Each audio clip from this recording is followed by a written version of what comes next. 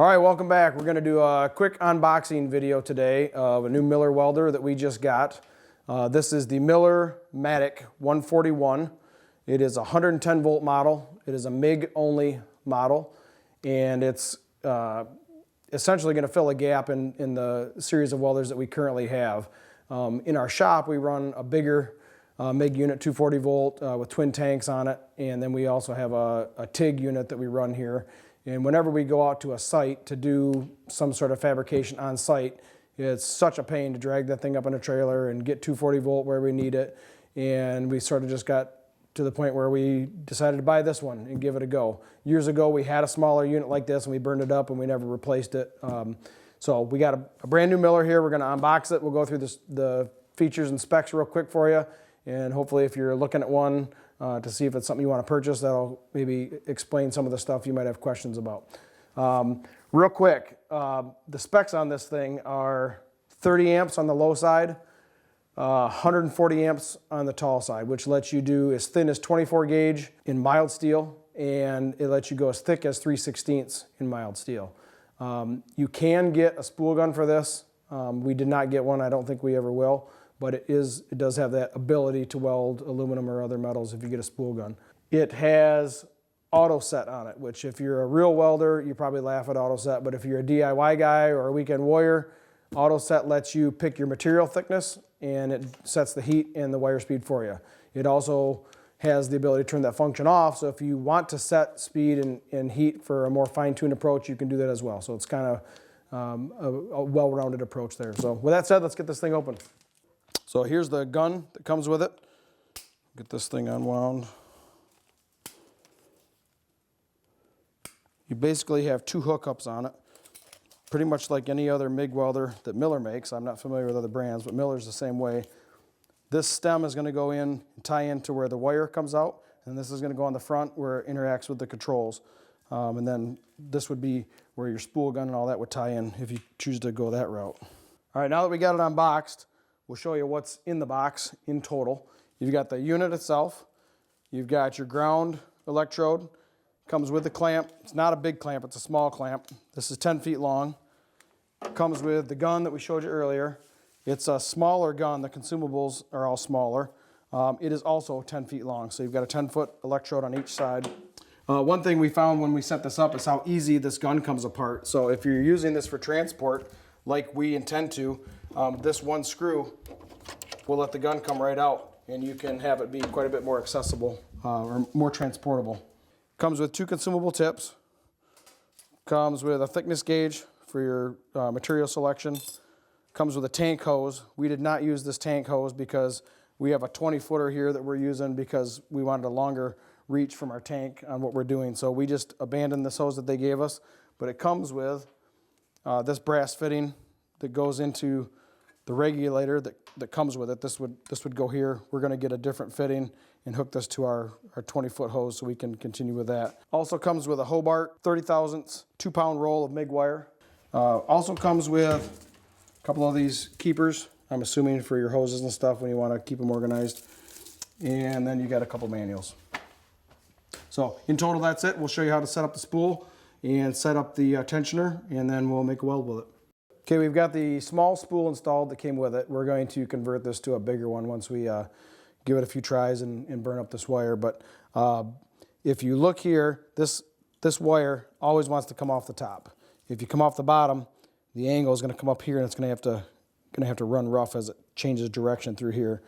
This is your tensioner. This is going to determine how much tension this roller has. This is a smooth roller. This is your grooved roller right here. This is where the wire lays. And if you look, there's 3 grooves in there. One is 35 thousandths, one is 30 thousandths, and one is 24 thousandths. And you adjust that by turning this to an appropriate position that's labeled on the front of it. So in this case, we're running it in the 30 thousandths position because that's the diameter wire that we're running. And then the tension is sort of a feel. There's no right prescription for that, but if it's slipping, you want more tension. If it's binding, you want less tension. So you just kind of have to figure that out. You can just run the gun and get a feel for that. So on the front, you have 2 dials. You have your voltage. This is going to be 1 through 10 for your heat settings. And then paralleling those heat settings in blue is your material thickness from 24 gauge on the bottom side to 3/16 on the top side. This is all for the auto set, which you actuate over here. You have two auto set options. You got a 24 thousandths and a 30 thousandths setting. So what you would do if you were going to use auto set is put it in 24 thousandths. If you were running 24 thousandths, we're running 30, so we're going to put it down in 30. And then we just set this machine up. If we're welding 16 gauge metal, we go 16 gauge and we're welding. If you are, of the older school mindset and you prefer to have your better control of wire speed and voltage, you just back that off, and now you're setting your wire speed here. You start at 10 and you go to 100. You have infinite control of how that works, and then you adjust your voltage based on your preference. So we just talked about voltage settings and wire speed settings. If you're not using the auto set feature and you want to have a better understanding of what to expect when we're talking about voltage and wire speed feed, there's a chart on the inside cover. All of my millers have this, and it's very helpful if you're trying to get started out, if you're doing some test welds before you actually do your production welds or doing whatever it is you're making.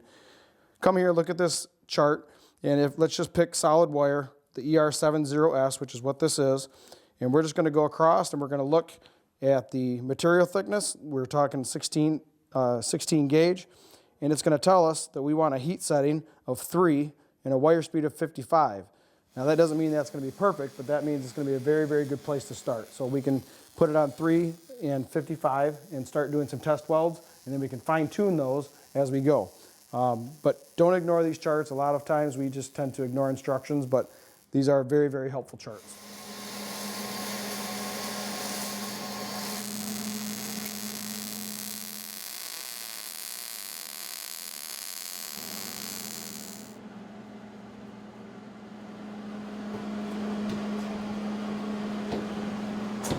Oh yeah. So it's been a couple weeks since we unboxed this welder. It's actually been more like a month. We've had it out in the field. We've used it a lot in several different capacities. We've done quite a lot of tacking with it during fabrication. We've done some actual welding with it, and we've put it through its paces, and I just wanted to give you our thoughts on it. The first thing I would say about it is the settings are all very good. Auto set functions as it should. The wire speed, if you're going to go off of auto set, the wire speed and the heat all function just fine. Very easy to use in that regard. Everything that I expected from it in a welder, it does just fine.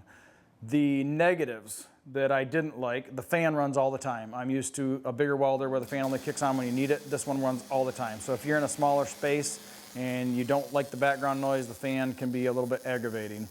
The duty cycle is lighter than I'm used to. All of these things I could have known about when you read the literature. You just buy something and you get into it and you start having more of a realization of what you bought as you're using it. We only ran into the duty cycle a few times, but if you're only tacking up or doing small welds and small bursts, it's going to be fine. If you're going to do production welding, you're going to run into duty cycle issues. The other thing that I didn't fully realize was at full capacity, this unit takes 30 amps. Even though it's 120 volts, it still takes 30 amps of power. So if you're running on a 20 amp outlet in your shop or on a site, you're limited in your ability to weld full capacity. You can't weld 3/16. You got to back off to more like the 1/8 or under an 1/8 to avoid tripping breakers. You can get short runs out of it, but you're constantly resetting the breaker if you're welding full blast. So in summary, if you're looking for a welder to do tack-ups or to do like bench welding, non-production welding, this is a very, very good unit. It has good ergonomics, it has good performance. All the things that you would want in a welder are good.